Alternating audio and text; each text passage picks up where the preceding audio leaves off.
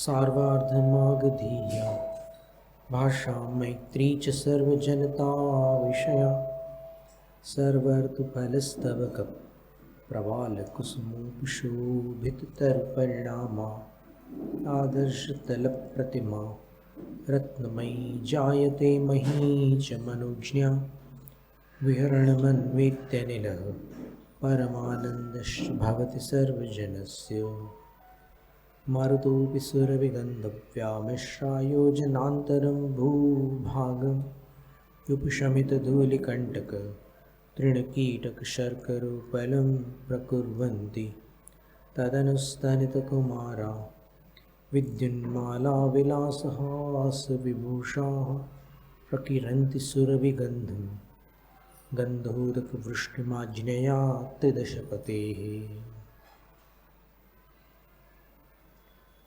तो सार्वार्ध मागधीय भाषा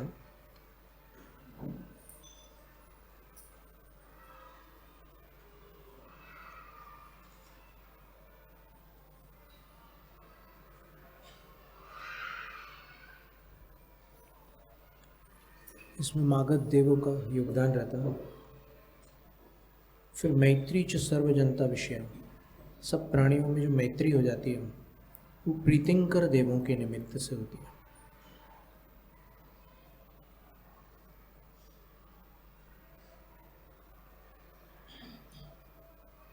और फिर सब ऋतुओं के फल, पुष्प, कोमपल,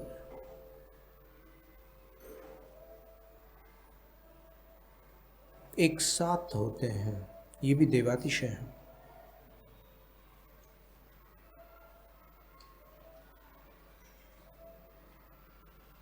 और ऐसी धरती पूरी सुसज्जित हो जाती है और ऐसा लगता है कि धरती रत्नों से बनी हुई है। सकल जन नयन मन प्रीति करी, सब लोगों के नयनों को और मन को प्रीति उत्पन्न करने वाली होती है। विहरण मनवेत्यनिल, भगवान का जो विहार होता है उसमें अनिल अनु एति अन्वेति, जो वायु, इसमें कोई सार नहीं है, वो आप यहाँ से उड़ाओगे वहाँ काटते हैं। मच्छरों का कोई उपचार नहीं है भैया आप लोगों के यहाँ, बाकी तो ठीक है। तो पीछे की ओर से वायु बहती है, भगवान जाते हैं, सामने से वायु नहीं आती, वायु पीछे की ओर से प्रवाहित होती है।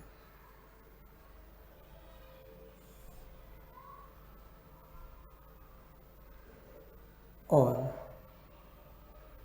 परमानंदश्च भवति सर्वजनस्य, एक अतिशय ऐसा भी है कि सब लोगों को बड़ा संतोष और बड़ा आनंद होता है, ये भी देवातिशय है।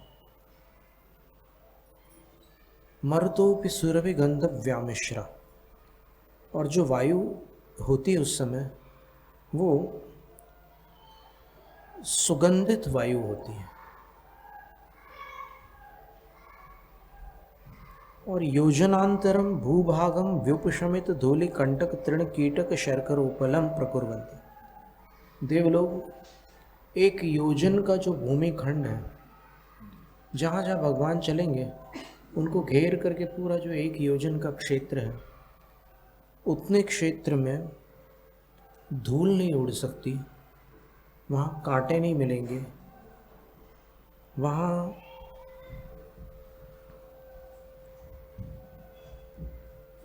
घास फूस, कीड़े मकोड़े, कंकड़ पत्थर नहीं रहेंगे। पूरा भूमि भाग, एक योजन प्रमाण भूमि भाग स्वच्छ हो जाएगा।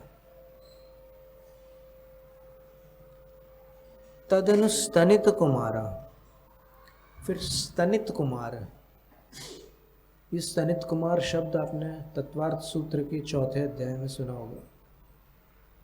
भवनवासिनो सुरनाग विद्युत स्तुपर्णाग्निवात स्तनितो दधितु कुमारा। वनवासियों के 10 भेदों में से एक स्तनित कुमार नाम का भेद है।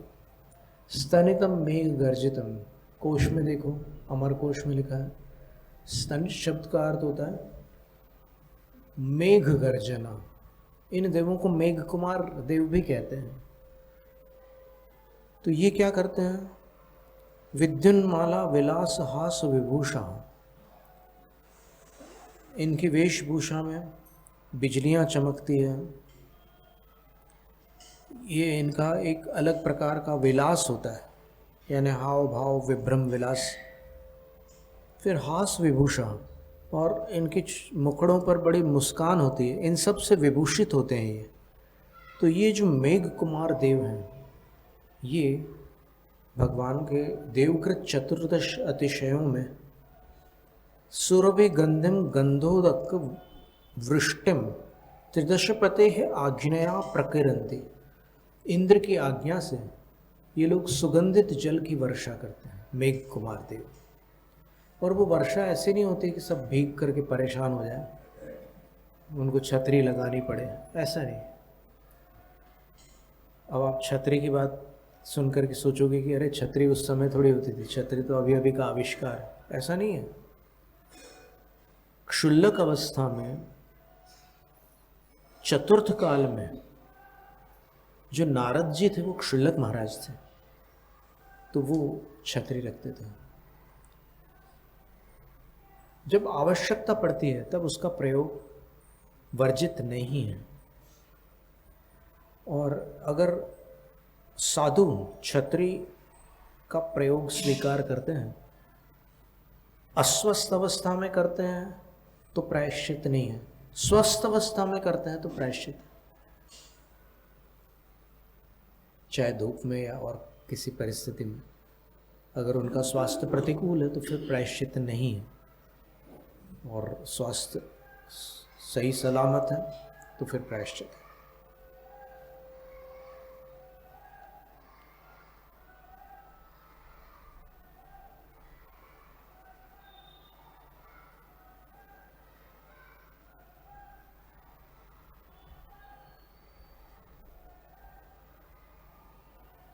और क्या होता है?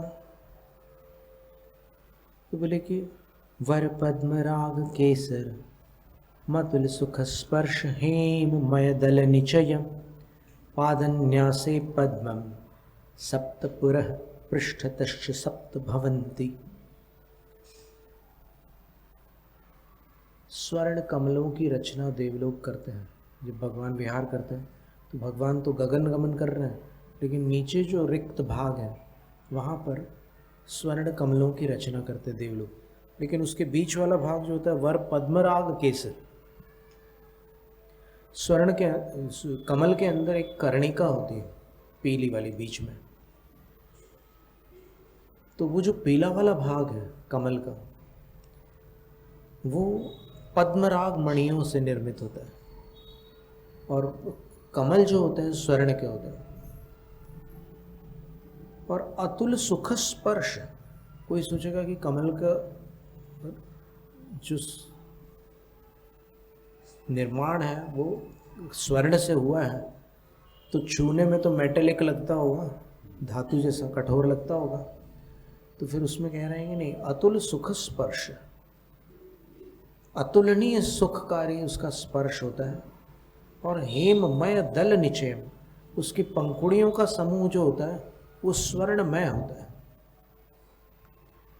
पादन्यासे पद्मम, जहाँ वो पाद न्यास करते, न्यास का अर्थ होता है रखना, तो जहाँ पर वो पैर रखा, ऐसे दो वर्णन मिलते हैं तीर्थंकरों के विहार के विषय में।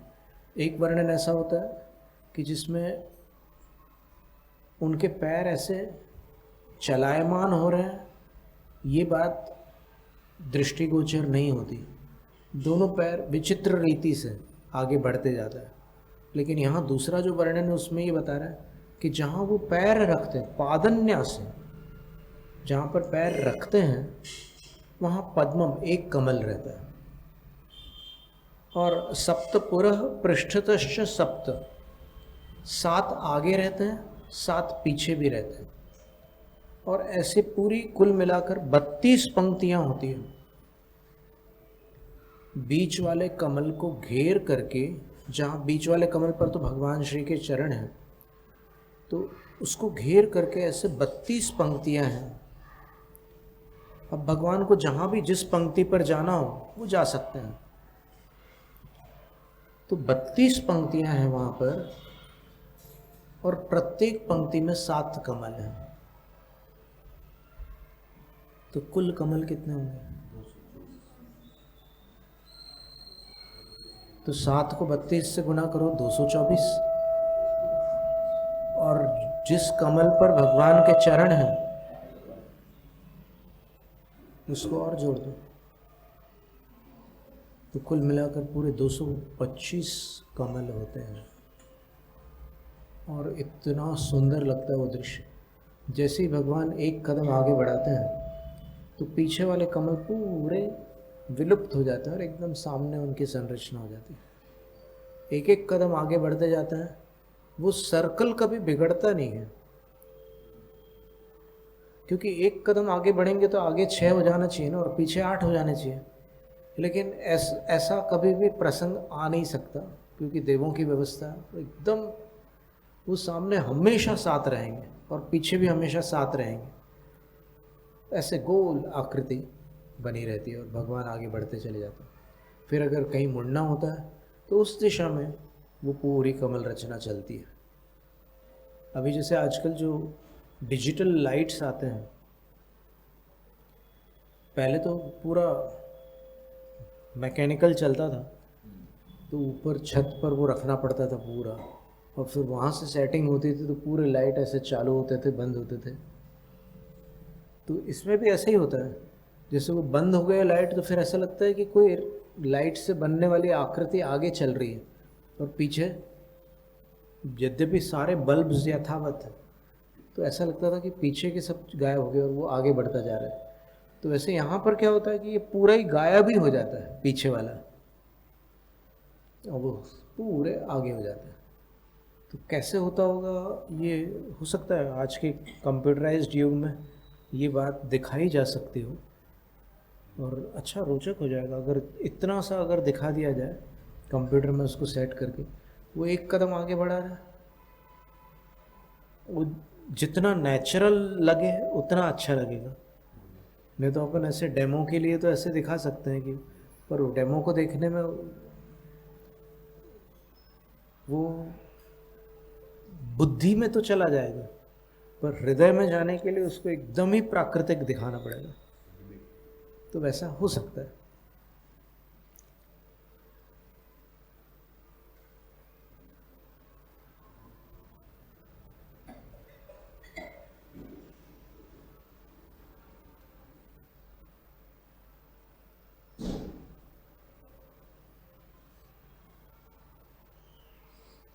पंचविंशत्यधिकशतद्वय पद्म प्रस्तारो ज्ञातव्य।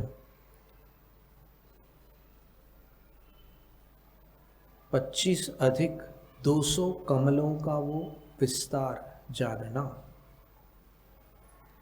तथा ही अष्टसु दिक्षु 8 दिशाओं में, तदंतरेषु उनके अंतरालों में, चाष्टसु 8 अंतरालों में, सप्त सप्त पद्मानि इति 12,000 शतम 112 हो गया। तथा तदंतरेषु षोडशसु सप्त सप्तेति, फिर वो जितनी पंक्तियां बनी हैं 16 पंक्तियां बनाई थी, और उनके अंतरालों में और पंक्तियां बन जाएगी, तो 16 और 16 32 पंक्तियां हो जाएंगी। और इस तरह सब मिला करके 225 कमल होंगे। एक कमल भगवान के चरण के नीचे होगा तो 225 हो जाएगी। 224 और 1 225।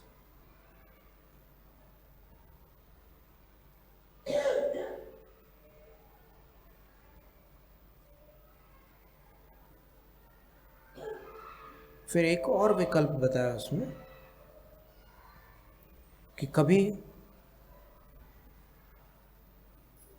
इस संरचना को परिवर्तित करना हो तो फिर वो, जैसे ये चौकी पर जो वस्त्र हैं, इसमें जो पंक्तियां बनी हुई हैं, ऐसी 15 पंक्तियां बना देते हैं देवलोग। और उन 15 पंक्तियों में, एक मिनट, 15 पद्म पंक्ति हैं उभय पार्श्वतः, ऐसे सब मिला करके 15 पंक्तियां हो जाती है।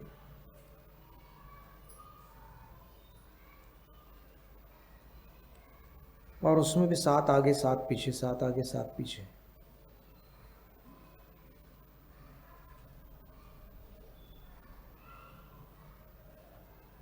कितने बनेंगे फिर?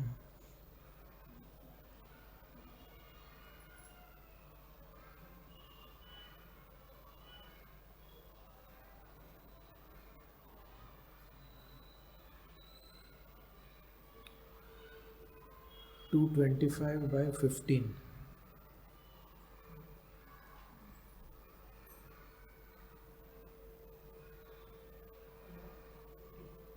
हम्म, 15 ही आएगा।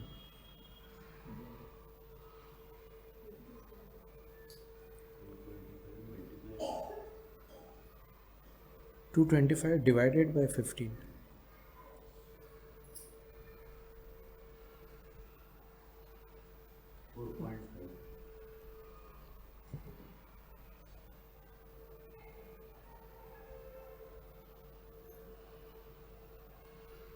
फलभार नम्रशालि ब्रीयादि समस्त सस्य धृत रोमांचा परिहृषितेव च भूमिस्त्रिभुवननाथस्य वैभवं पश्यन्ति। सारे खेतों में फसलें लहलहा उठती हैं जब भगवान का विहार होता है, और उस दृश्य को देखकर ऐसा लगता है कि जैसे धरती भगवान को देखकर रोमांचित हो चुकी हो, यानी जैसे धरती के रोंगटे खड़े हो गए हो भगवान की भक्ति से। भगवान, ये अलंकारिक वर्णन है, भगवान को जैसे धरती ने देखा तो सारी धरती पर फसलें व्याप्त हो जाती, लहला उठती, तो ऐसा लगता है कि जैसे धरती के रोंगटे खड़े हो गए हों।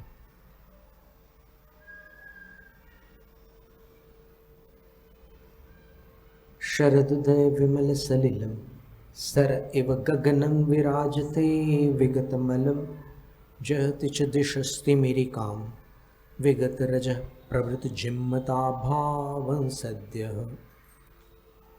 जैसे शरद काल में, शरद ऋतु में सारा जल, सारी नदियाँ स्वच्छ हो जाती है। कहते हैं कि अगस्त तारा जब निकलता है तो फिर जल निर्मल हो जाता है। तो जैसे वो जल स्वच्छ हो जाता है, वैसे ही जहाँ भगवान होते हैं वहाँ पर गगन भी स्वच्छ होता है। और दिशाओं में जो तिमरिका होती है, जैसे शाम को और सवेरे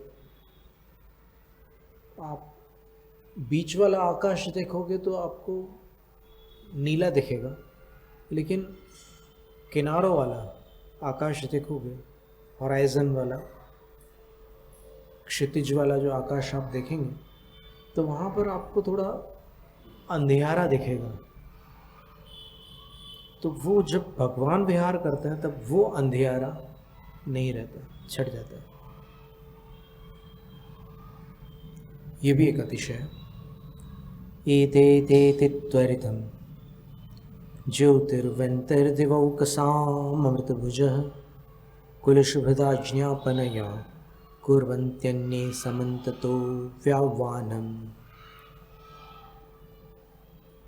ज्योतिष के देव, व्यंतर देव और अन्य अमृत विजय, अन्य भी अमृत का भोजन करने वाले जो भी देव हैं, वे कुलिश भृद आज्ञया, इंद्र की आज्ञा के कारण समन्त तो व्याह्वान कुर्वन्ति, चारों दिशाओं में जो भी भगवान के भक्त आकर के वहाँ समूह शरण में या फिर भगवान के दर्शन का लाभ लेना चाहते हैं, उन सब का आह्वान करते हैं, आओ आओ आओ, यही है भगवान, कहाँ तुम सही स्थान पर पहुँचे हो, यहाँ से सीधे निकलो, इधर है भगवान।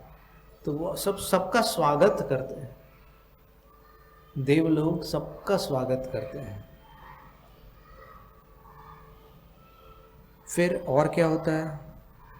स्फुरदर सहस्र रुचिरम विमल महारत्न किरण निकर परीतम प्रहसित किरण प्रहसित सहस्र किरण द्युतिमंडलमग्रगामी धर्म सुचक्रम। भगवान विहार करते हैं तो उनके अग्रगामी, उनके आगे गमन करने वाला एक चक्र होता है। जैसे चक्रवर्ती का चक्र होता है ना, वैसे ही तीर्थंकर का भी एक चक्र होता है। और स्फुरदर सहस्र रुचिरम, उसमें 1000 आरे होते हैं उस चक्र में। और विमल महारत्न किरण निकर परीतम, शुद्ध महारत्न, कोई सामान्य रत्न होते हैं, कोई उपरत्न होते हैं और कोई महारत्न होते हैं। तो महारत्न में हीरा, पन्ना, माणिक्य, ऐसे बड़े बड़े रत्न आते हैं जो सबसे मूल्यवान होते हैं। तो वो रत्न उसमें जड़ित होते हैं उस चक्र में, तो उनकी किरणों से वह व्याप्त होता है। और कैसा होता है वो चक्र? प्रहसित सहस्र किरण द्युतिम, वो सूर्य की कांति की हंसी उड़ाता है। यानी उसका तेज इतना अधिक होता है कि सूर्य उसके तेज के समक्ष फीका पड़ जाए। ऐसा चक्र भगवान के सामने चलता है और उस चक्र को धर्म चक्र कहते हैं। और जब समवसरण लगता है तो फिर यक्ष देव उस धर्म चक्र को पकड़कर ऐसे सिर के ऊपर धारण कर लेते हैं। सर्वाण्य यक्ष धर्म चक्र को सिर के ऊपर धारण करते हैं।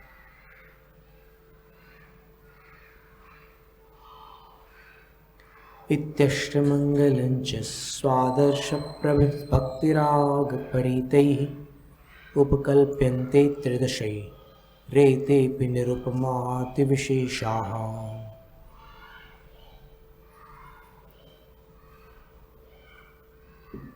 और इसी प्रकार ये अंतिम अतिशय है भगवान के देवकृत 14 अतिशयों में 14वां अंतिम अतिशय है कि वहाँ पर त्रिदशैः उपकल्प्यन्ते, भगवान के निकट देवों द्वारा अष्टमंगलों की संरचना की जाती है। और उन अष्टमंगलों को समवसरण में देवियां पकड़ करके रखती हैं। तो वो अष्टमंगल कैसे, कौन से होते हैं और उनकी संख्या कितनी होती है? तो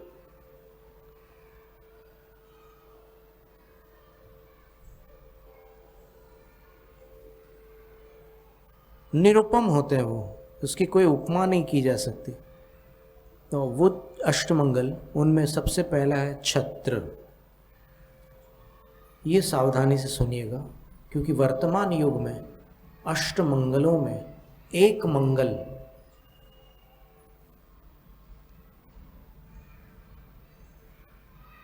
बदल गया है, परिवर्तित हो गया है।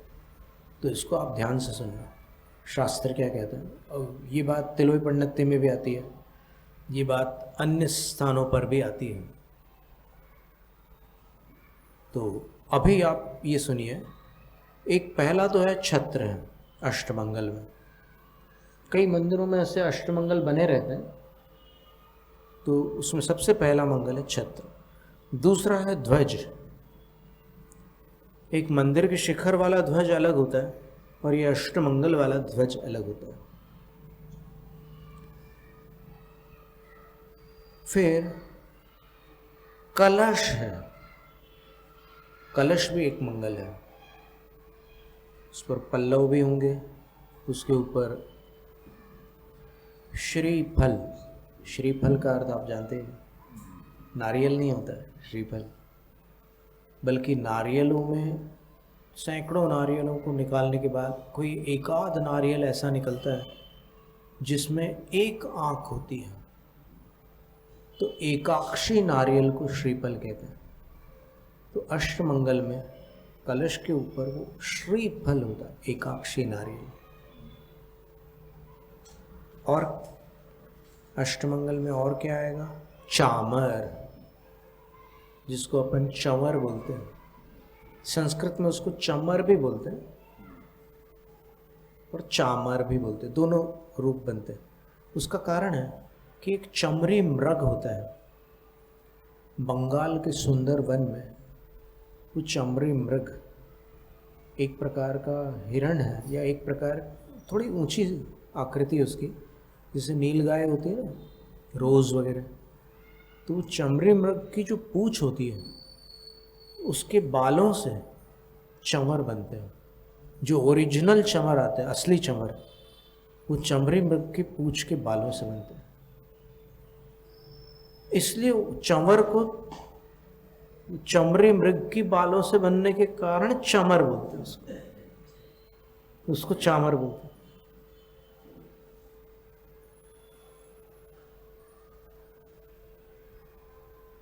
एकदम गाय जैसी है ये चित्र देखिए।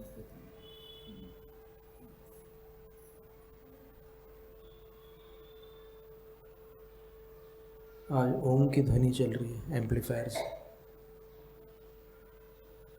चंवर, और अब ये चार हो गए, छत्र, ध्वज, कलश, चामर। पांचवा जो है ये वर्तमान में बदल दिया गया है। आपने अष्टमंगल में स्वस्तिक देखा ना? नहीं देखा? कई मंदिरों में अष्टमंगल में स्वस्तिक लगा रहता है, तो वो स्वस्तिक अष्टमंगल में आता ही नहीं है।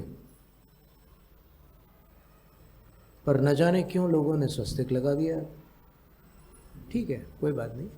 काल का प्रभाव मान करके अपन अपने मन में कषाय न लाते हुए केवल इस जानकारी को उन तक पहुंचाने का प्रयास करते हैं जो आगम में है। अमरकंटक में निर्यापक योग सागर मुनि महाराज से हमारी चर्चा हुई थी अष्टमंगल को लेकर के, तो हमने त्रिलोक सार ग्रंथ की वो गाथा उनके सामने रखी थी कि महाराज श्री ये लिखा है गाथा में, मूल गाथा में। और जहाँ जहाँ अष्टमंगल का वर्णन आया है वहाँ पर कहीं पीठ शब्द भी आता है, कहीं और कोई शब्द आता है। जैसे यहाँ पर क्या शब्द है? सुप्रतीक। सुप्रतीक का अर्थ स्वस्तिक नहीं है, स्वस्तिक बिल्कुल भिन्न शब्द है, लेकिन सुप्रतीक को कुछ लोगों ने स्वस्तिक बना दिया और फिर वो चीज़ चल पड़ी। और किसी चीज़ को चलाना हो तो जैसे मीडिया पर कोई वीडियो डाल दो तो फिर चलनी होती है तो चल जाती है, भले वो कितनी भी प्रामाणिक अप्रामाणिक हो, तो वो चीज़ चल गई। और अब बड़े बड़े मंदिरों में, बड़े बड़े धर्म स्थानों पर, बड़े बड़े क्षेत्रों पर अष्टमंगल का मूल स्वरूप विकृत करके लोगों ने उसमें स्वस्तिक का समावेश कर दिया, जबकि स्वस्तिक अष्टमंगलों में होता ही नहीं है। तो ये सुप्रतीक क्या वस्तु है? सुप्रतीक वह आकृति है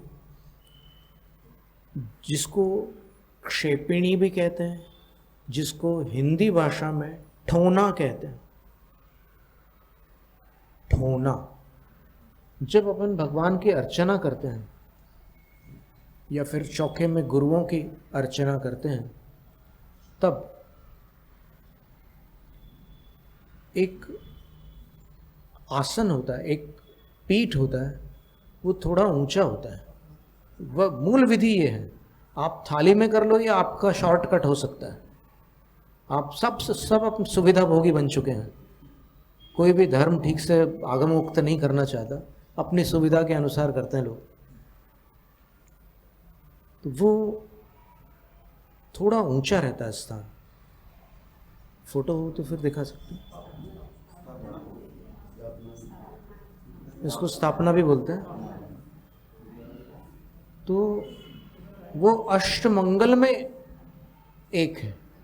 ये तो दीपक जैसा आकार हो रहा है, हाँ, पर ऊपर से फ्लैट है ना, हाँ ऊपर से फ्लैट है, तो फिर ईट होना है।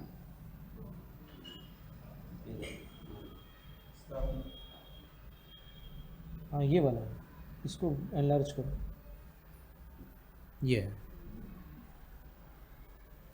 एंगल थोड़ा नीचे करो आप, ऐसे। ये अष्टमंगल में आते हैं। तो इसमें क्या करते हैं, अभी कुछ विद्वानों ने इस पर भी एक अभियान छेड़ा कि ये गलत है, होना ही नहीं चाहिए। बोले ये जब मूर्ति सामने है तो फिर भगवान को वहां पर ठोने में क्यों स्थापित कर रहे हो। तो एक नियम है कि जो भी अपने आराध्य होते हैं उनकी आराधना करते समय अपन उनको सम्मुख आमंत्रित करते हैं, उनको स्थापित करते हैं, विराजमान करते हैं, और फिर अपन उनके सन्निकट होकर के उनकी भक्ति करते हैं। ये नियम है, इसको पुरस्कार कहते हैं। पुरस्करण का अर्थ होता है पुरः, यानी अपने सामने, अपने निकट, अपने सम्मुख करना। अभी भगवान तो वहाँ वेदिका पर विराजमान है, लेकिन आपको अगर यहाँ से भक्ति करना है, आप एकदम सारे लोग वहाँ पर घेर करके थोड़ी करोगे पूजा। आप यहाँ से पूजा करना चाहते हैं तो फिर उनको आप निवेदन करेंगे, ओम ह्रीम तीर्थंकर महावीर स्वामिन अत्र अवतर अवतर, यहाँ पर अवतरित हुई है। संवौषट, वो संवौषट एक बीज पद है, मतलब उसमें अपन एक अव्यय पद है। जब आमंत्रित करते हैं तब संवौषट शब्द का प्रयोग किया जाता है, तो वो आमंत्रणवाची है। तो इसमें कोष्टक में आह्वानम लिखा रहता है। दो शब्द है, आह्वानम और दूसरा है आवाहनम। आह्वाननम अशुद्ध शब्द, आप तीनों लिख लीजिए। आह्वानम, आ ह के अंदर व वा न, और न पर अनुस्वार कर दो तो आह्वानम होता है। आह्वानन अशुद्ध पाठ है। और दूसरा पाठ है आवाहन, आ वा ह न, एकदम सरल है। तो आह्वानन बोलने की आवश्यकता ही नहीं है, उसको सुधार सकते हो। जिनको जानकारी नहीं थी वो सुधार सकते हो। आप चाहें तो व्याकरण में देख लेना, कोश में देख लेना प्रामाणिकता के लिए। तो आवाहन अथवा आह्वान, न दो बार नहीं है आह्वान में, और आवाहन में भी न एक ही बार है। तो आह्वानन कोई शब्द नहीं होता संस्कृत में, इसलिए उसको सुधारना। तो अपन क्या करते हैं, आह्वान करते हैं, आमंत्रण करते हैं, उनका स्वागत करते हैं। और यही विधि पड़गाहन के समय होती है। हे स्वामिन नमोस्तु नमोस्तु नमोस्तु अत्र अत्र अत्र। और उसके बाद फिर उनको ठहराते हैं, तिष्ठ तिष्ठ। तो वैसे भगवान को वहाँ पर आपने आमंत्रित किया, और आमंत्रित करने के बाद में तिष्ठ तिष्ठ तिष्ठ, अत्र तिष्ठ तिष्ठ, ठह ठह। ये ठह ठह भी स्थापना सूचक बीजाक्षर है। ठह, तो आप रोक रहे हैं भगवान को, बस यहाँ आइए, यहाँ ठहर जाइए। तिष्ठ तिष्ठ, विराजमान होइए, विराजमान होइए।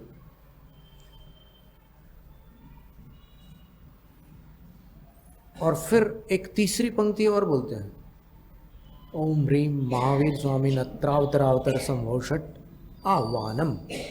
फिर दूसरी पंक्ति में ओम ह्रीम श्री महावीर स्वामिन अत्र तिष्ठ तिष्ठ ठह ठह स्थापनम। स्थापनम कोष्ठक में न बोलो तो भी चलेगा, आह्वानम न बोलो तो भी चलेगा, क्योंकि संवर्षट बोल दिया तो उसका अर्थ ही है आह्वान। पर कोष्ठक में अपने को समझाने के लिए उसमें छपा रहता कि अभी ये पंक्ति आह्वान की पंक्ति है, ये पंक्ति स्थापना की पंक्ति है। फिर तीसरी पंक्ति में क्या बोलते हैं?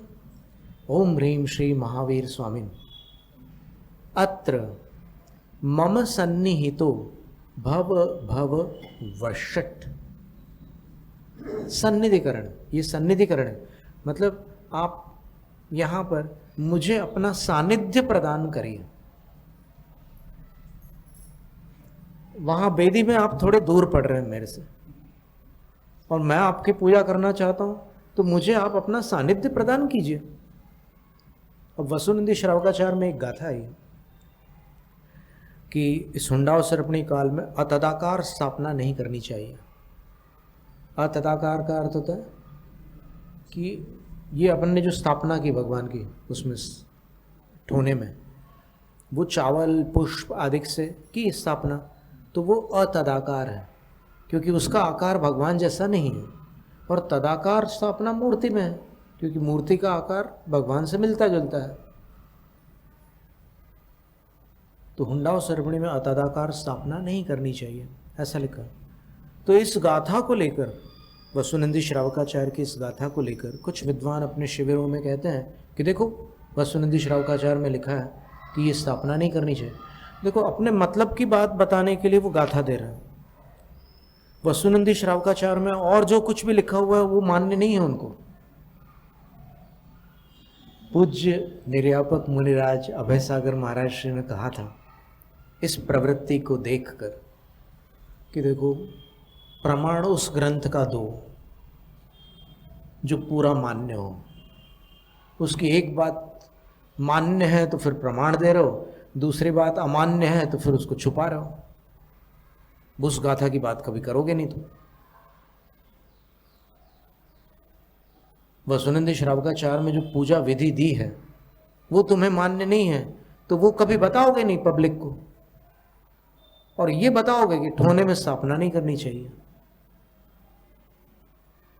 तो अब एक ये वसुनंदी आचार्य जो थे सिद्धांत चक्रवर्ती थे। सिद्धांत चक्रवर्ती वो होते हैं जो षटखंड आगम के पाठी होते हैं। पूरा षटखंड आगम जिनको हृदयंगम हो जाता है वो सिद्धांत चक्रवर्ती होते हैं।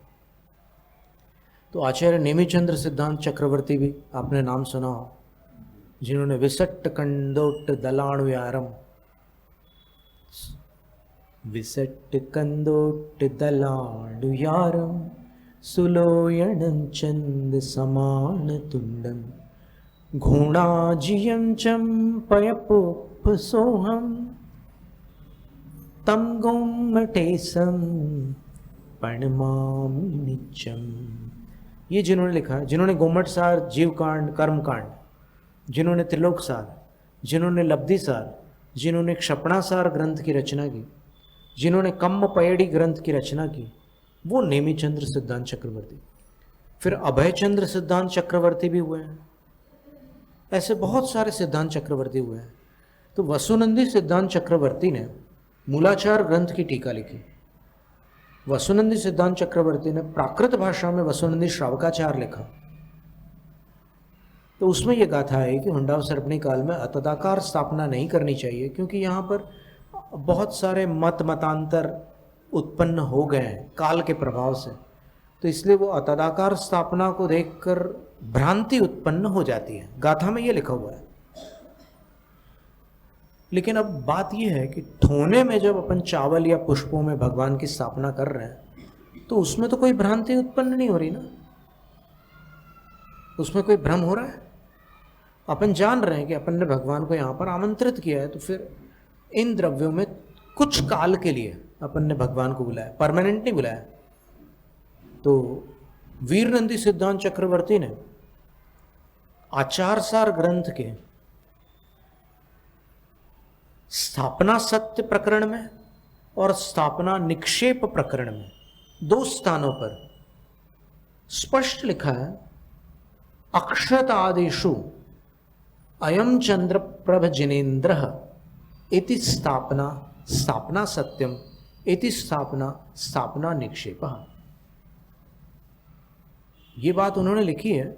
इसका अर्थ ये हुआ कि चावल आदि में, अक्षत आदि में ये चंद्रप्रभ भगवान है, इस प्रकार की भावना करना, इस प्रकार की कुछ काल के लिए स्थापना करना, ये स्थापना सत्य भी है, स्थापना निक्षेप भी है। शतरंज के बोर्ड पर आपने देखा है, दोनों प्रकार की स्थापना होती है, तदाकार अतदाकार होती है। वहां पर हाथी, ऊंट, घोड़ा, वजीर, बादशाह और प्यादे, तो उनमें जो जो उस आकृति वाले हैं वो तदाकार हैं, और जो जो उस आकृति वाले नहीं हैं वो अतदाकार है।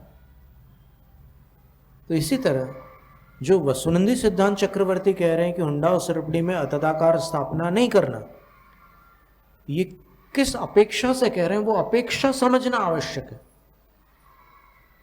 क्योंकि वीरनंदी सिद्धांत चक्रवर्ती कह रहे हैं कि अक्षत में स्थापना करना, तो इसका अर्थ ये मत लगा लेना कि वीरनंदी सिद्धांत चक्रवर्ती और वसुनंदी सिद्धांत चक्रवर्ती, ये दोनों सिद्धांत चक्रवर्ती में 36 का आंकड़ा था।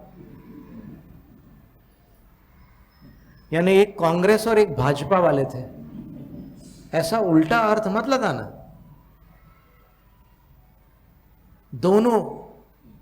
दोनों को मानते थे, लेकिन बस अपने को विवेक से समझना होगा, अपने को उस अपेक्षा को समझना होगा कि कैसे वो मना कर रहे हैं और फिर ये करने को कह रहे हैं, तो फिर कुछ तो बात है। सरल सी बात है। थोड़े समय के लिए अगर आपको स्थापना करना है तो फिर आप अतदाकार स्थापना कर सकते हैं, क्योंकि पुरस्कार विधि में ठोने पर आह्वान, स्थापन और सन्निधिकरण अनिवार्य है। ठीक है, और अंत में फिर विसर्जन भी करना होता है। अगर आपने स्थापना की है तो फिर विसर्जन भी करना होगा आपको। नहीं तो आप स्थापना करके दूसरे किसी परिचित से बोल दो कि तुम कर देना विसर्जन, मेरे को जल्दी जाना है, फोन आ रहा है। अरे फोन लेकर क्यों आए यहाँ पर? यहाँ आराधना करने आए फिर कांटेक्ट करने आए दुनियादारी से? तो ये टेम्पररी है। वसुनंदी सिद्धांत चक्रवर्ती परमानेंट अतदाकार स्थापना का निषेध कर रहे हैं, और वीरनंदी सिद्धांत चक्रवर्ती टेम्पररी अतदाकार स्थापना का विधान कर रहे हैं। तो दोनों में विवाद कहाँ हो रहा है? कहीं नहीं हो रहा है। विवक्षा समझ जाओ तो विवाद समाप्त, और विवक्षा न समझो, खींचातानी करो तो फिर झगड़ा ही झगड़ा है। हठवाद में विवाद है, स्यादवाद निर्विवाद है। तो ये अष्टमंगल की चर्चा चल रही थी, तो उसमें ये ठोना भी आता है। हो सकता है ठोना उन्हीं लोगों ने हटाया हो जिनको ठोना अमान्य हो।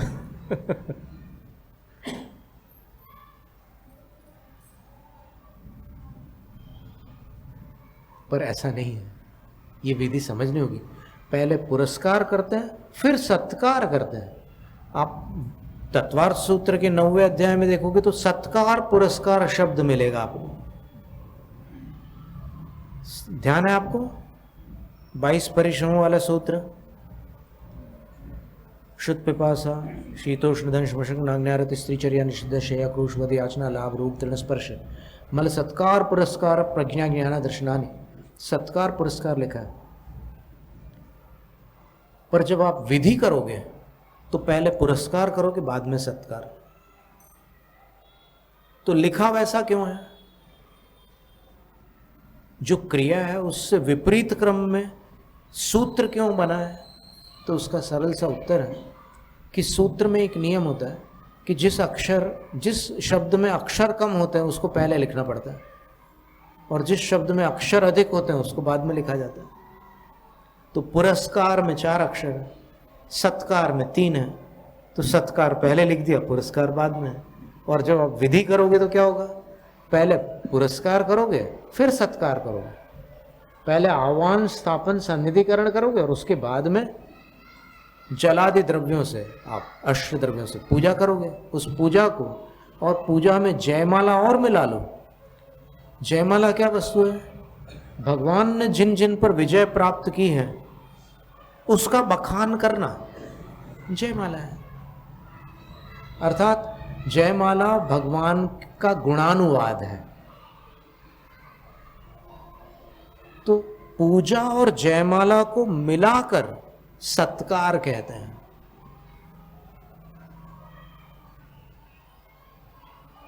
सर्वार्थ सिद्धि में लिखा है, सत्कारः पूजा प्रशंसात्मकः। सत्कार की परिभाषा उन्होंने बताई कि सत्कार का अर्थ होता है पूजा करना और फिर पूजा के बाद प्रशंसा करना, स्तुति करना।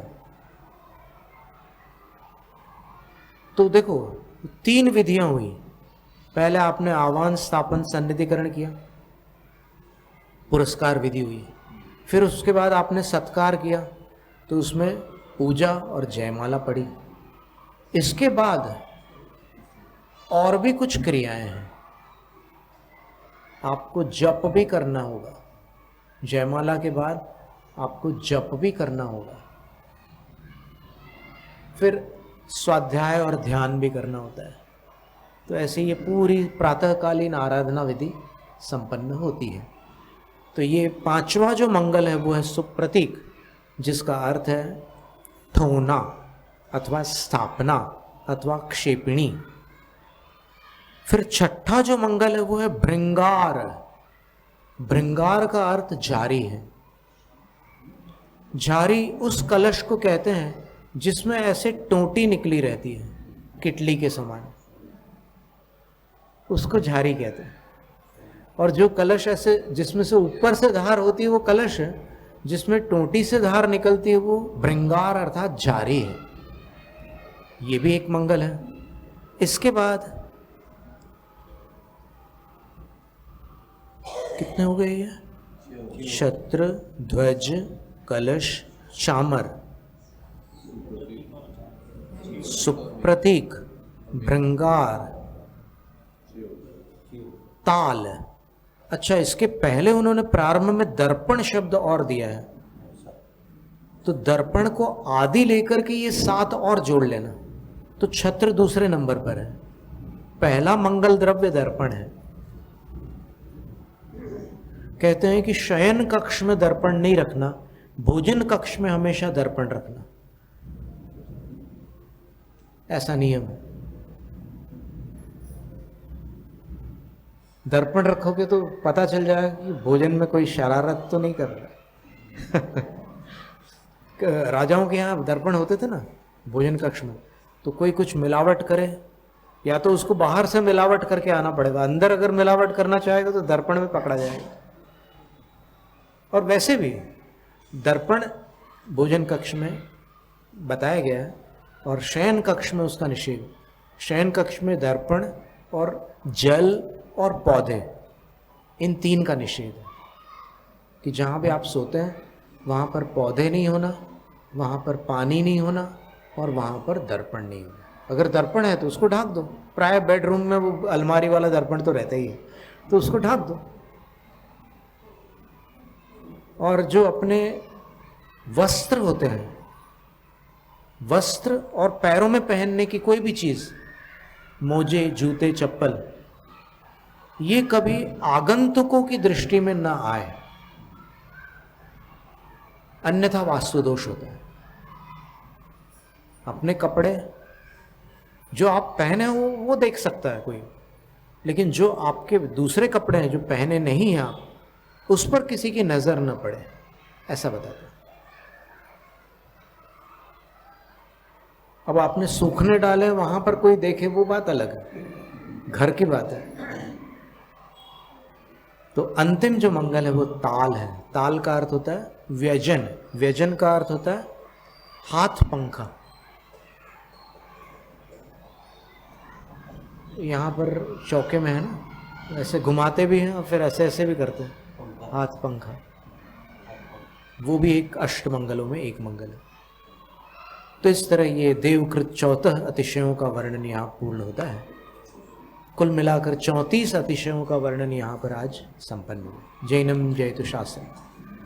शास्त्र पठन में मेरे द्वारा यदि जो कहीं कहीं प्रमाद से कुछ अर्थ वाक्य पर मात्रा छूट गई, सरस्वती मेरी उस त्रुटि को कृपया क्षमा करें और मुझे कैवल्य धाम में माँ अविलंब धरे।